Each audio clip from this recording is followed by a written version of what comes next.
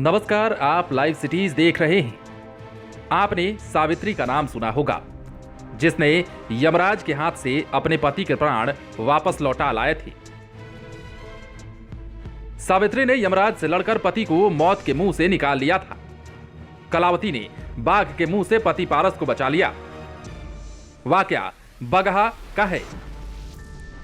हुआ यूं कि पारस सोनी अपनी पत्नी कलावती देवी के साथ अहले सुबह खेत घूमने के लिए गांव के ही समीप सरेह में निकले थे।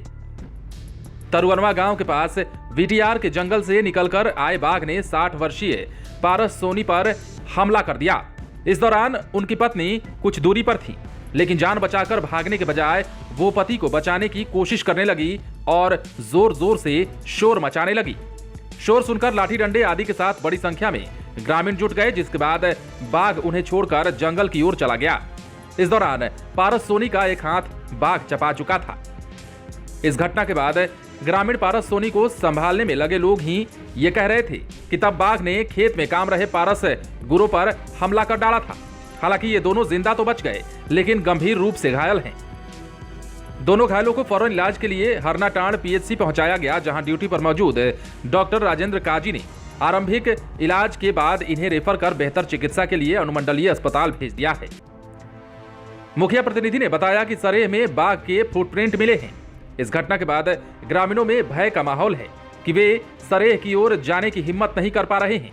गांव में भी लोग दरवाजे पर आग जला रहे हैं ताकि बाघ गांव की ओर न आ जाए। मदनपुर वन क्षेत्र की प्रभारी एसीएफ अमिता राज ने बताया कि बाघ के हमले की जानकारी मिलते ही वन कर्मियों को अलर्ट कर दिया गया है। बाघ के लोकेशन और गतिविधियों पर नजर रखने की हिदायत सभी को दे दी गई है। घायलों की समुचित सहायता की जाएगी। परिजनों से आवेदन मिलने पर निर्धारित प्रावधान के तहत उचित मुआवजा दिलाया जाएगा। लेकिन इन सब के बावजूद कलावती देवी ने जो किया, उसकी चर्चा आज पूरा जिला ही नहीं बल्कि पूरा बिहार कर रहा है। दरअसल बाघ कलावती देवी के पति को खाने वाला था और वो इसकी शुरुआत भी कर चुका था उनके एक हाथ को चबाने के बाद। लेकिन कलावती देवी ने अपने सूझबूझ का ही परिचय नहीं दिया, बल्कि हिम्मत और हौसला भी दिखाया और अपने पति के प्राण को बाघ के मुंह से छुड़ा कर ले आई। बाघ जैसे ही पति को खाने की तरफ बढ़ा, पत्नी ने चिल्लाना शुरू कर दिया और जिसके बाद पूरे गांव के लोग इकट्ठा हुए तो किसी प्रकार बाघ वहां से भाग निकला। अगर कलावती देवी ने आवाज नहीं लगाई होती और अपने साहस का परिचय नहीं दिया होता तो आज उनके पति उनके बीच नहीं रहे होते। इस बात की चर्चा पूरा गांव कर रहा है कि कलावती देवी फिलहाल तो इलाजरत हैं, लेकिन जैसे ही ठीक होती हैं इसके लिए उनका हौसला अफजाई भी लोगों के द्वारा किया जाएगा।